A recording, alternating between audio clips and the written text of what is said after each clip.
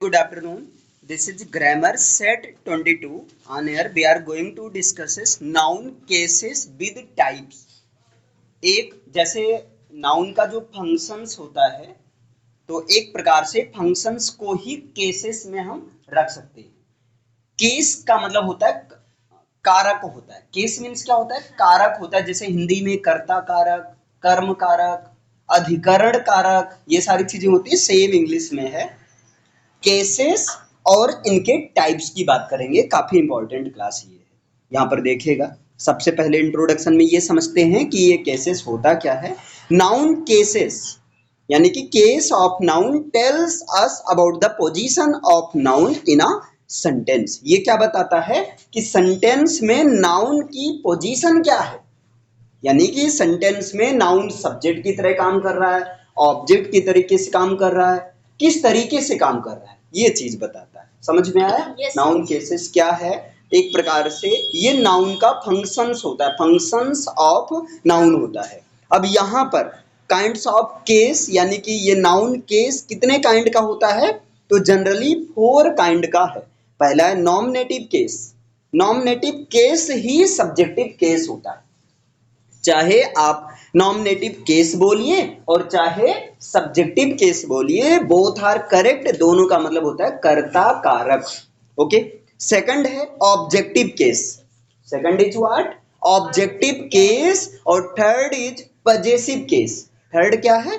Possessive case. और इसके बाद में फोर्थ जो है vocative case. Vocative case, vocative case. Nominative case, objective case, possessive case, vocative case. अब यहाँ नॉमिनेटिव केस मीन्स होता है कर्ता कारक, subjective case, objective case means कर्म कारक, पजेसिव केस मीन्स संबंध बोधन या संबंध कारक। ओके। वोकेटिव केस का मतलब होता है संबोधन। This is called case of address. जब किसी को एड्रेस किया जाता है, जैसे मैं कहूं कम हेयर मिस्टर रामू, किसी को जब एड्रेस किया जाए, बुलाया जाए। Okay, now come on nominative case. What is nominative case?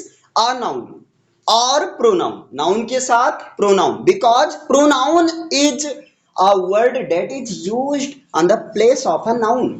Pronoun noun के जगह पर यूज होता है। एक प्रकार से प्रोनाउन और नाउन दोनों भाई हुए, बस अंतर यही है कि नाउन असली भाई है और प्रोनाउन क्या है? नकली है। नाउन के जगह पर काम करता है। जैसे Ram goes to school, he works very hard. Ram goes to school, Ram school जाता है। ही वर्क्स वेरी हार्ड मतलब वो बहुत मेहनत करता है। तो ही का मतलब कौन? राम। लेकिन राम ना आकर अपने जगह ही को भेज दिया। So he is pronoun and Ram is noun.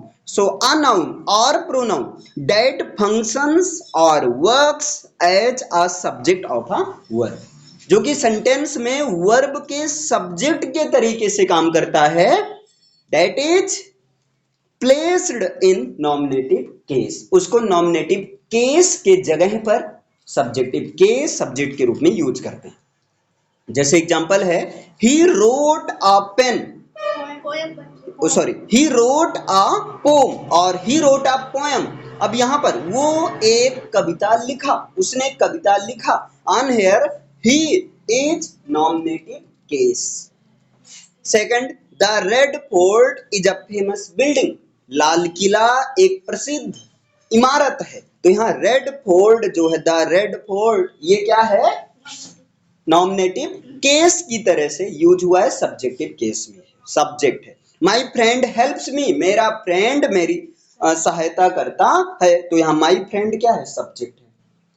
अब अगेन अगर सब्जेक्ट में कैटेगराइज किया जाए तो फ्रेंड जो है मेन वर्ड है, मेन नाउन है, और माई क्या है? पजेसिव क्वालिफायर, या आप इसको एडजेक्टिव बोल सकते हैं, एडजेक्टिव बोल सकते हैं। ओके।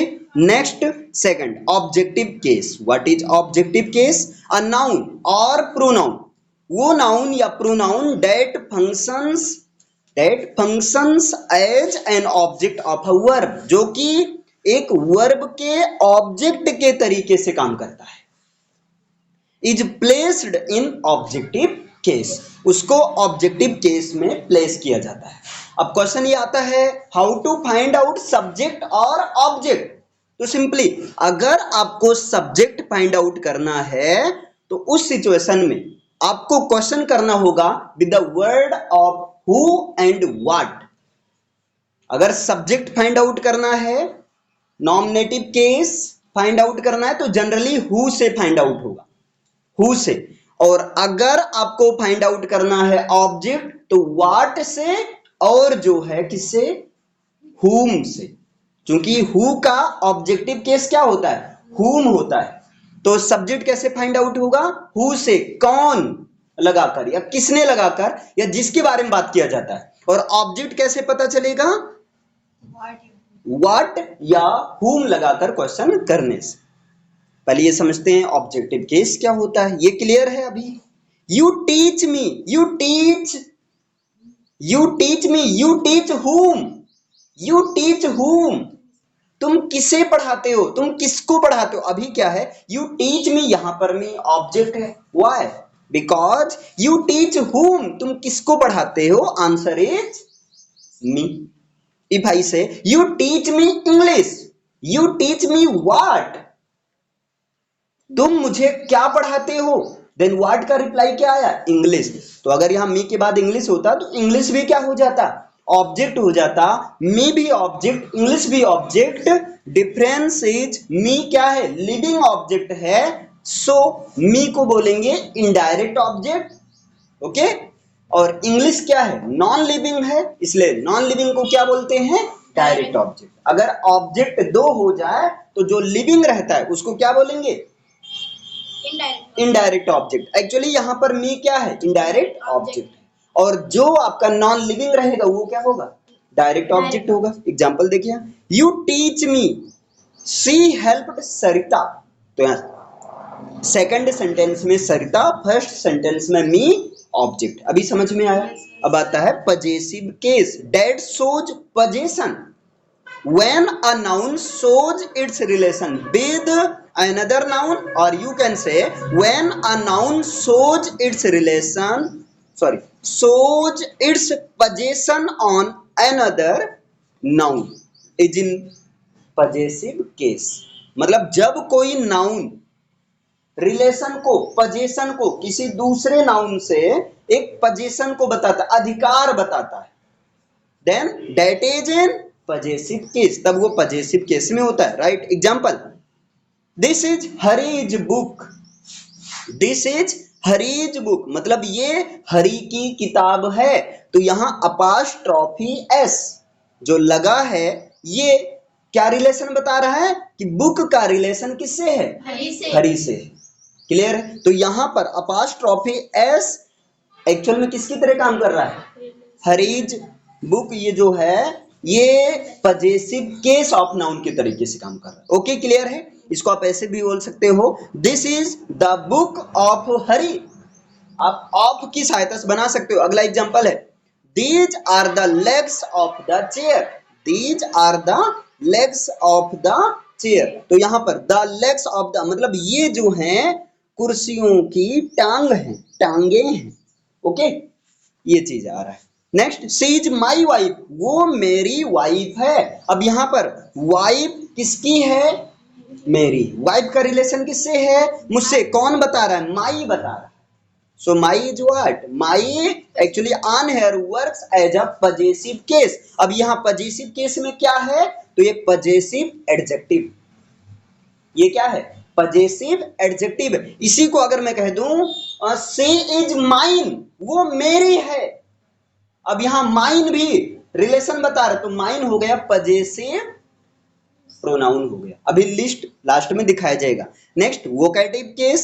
अब यहां पर ये देखिए, वोकेटिव केस होता क्या है, the vocative case, sorry CASE, ठीक है।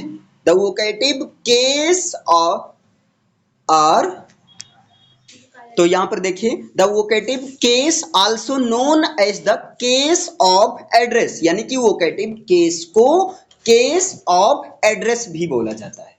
इसका मतलब जिनको एड्रेस करने के लिए यूज किया जाता है, जिनको संबोधन करने के लिए, बुलाने के लिए यूज किया जाता है। Is used when you are directly addressing someone or something in a sentence. जब आप किसी सेंटेंस में किसी को डायरेक्टली किसी चीज को या किसी व्यक्ति को एड्रेस कर रहे हो, संबोधित करते हैं, तब यूज किया जाता है। Vocative case are generally used after comma. यहां पर देख सकते हैं, are you going brother, are you going, क्या आप जा रहे हो, ब्रदर यानी कि भाई। अब यहां पर पहले यूज किया गया भाई क्या तुम जा रहे हो, ये चीज हो रहा है। तो यहां पर ब्रदर क्या है, vocative case of noun.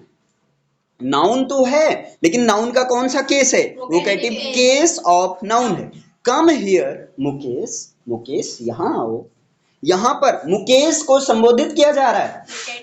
So Mukesh is vocative case of noun. Mary how are you, है ना, मैरी कैसी हो, कब मैरी कर रही हो, क्लियर है। तो यहाँ मैरी को संबोधित किया जा रहा है, Mary how are you, clear है। तो यहाँ मैरी क्या वोकेटिव केस ऑफ नाउन है।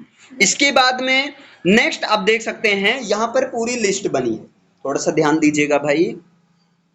Nominative case, objective case, possessive case में दो चीज है, पजेसिव एडजेक्टिव और पजेसिव प्रोनाउन। और नेक्स्ट है रिफ्लेक्सिव प्रोनाउन। यहां पर देखिए आई, आई का जो ऑब्जेक्टिव केस होता है मी, और पजेसिव एडजेक्टिव होगा माई, पजेसिव प्रोनाउन होगा माइन, और यहां पजेसिव प्रोनाउन होगा माई सेल्फ। सेम इसी तरह बी, बी का क्या होगा,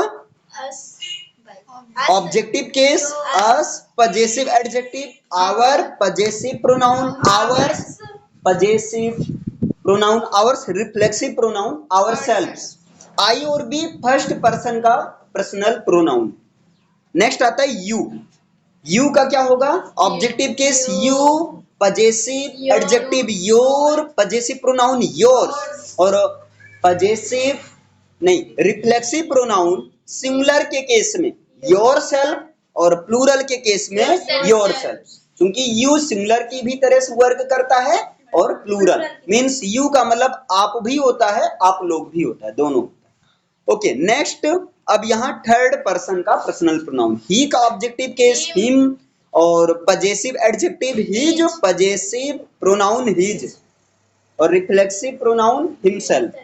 सी का क्या हो जाएगा, ऑब्जेक्टिव केस हर, सी का ऑब्जेक्टिव केस हर, और सी का possessive adjective her, possessive pronoun hers, reflexive pronoun herself. It, it objective case it, possessive adjective its, और पजेसिव प्रोनाउन नहीं होता, इट का पजेसिव प्रोनाउन नहीं होता, और यहाँ रिफ्लेक्सिव प्रोनाउन इटसेल्फ। इसके बाद में नेक्स्ट आता है दे, और दे छिप गया है लेकिन मैं बोल दे रहा हूं, दे का पजेसिव प्रोनाउन ओ सॉरी ऑब्जेक्टिव केस होगा देम, और पजेसिव एडजेक्टिव होगा देयर, देयर, और पजेसिव प्रोनाउन होगा देयर्स, और रिफ्लेक्सिव प्रोनाउन होगा क्या होगा, देमसेल्व्स, देमसेल्व्स। ओके, अब यहां पर ये कॉमा आप देख रहे हैं ना, नेम ऑफ दिस सिंबल, आगे हंसिया जैसा चिन्ह है, बताना है नहीं तो आपके गले पर ये हंसिया लग जाएगी।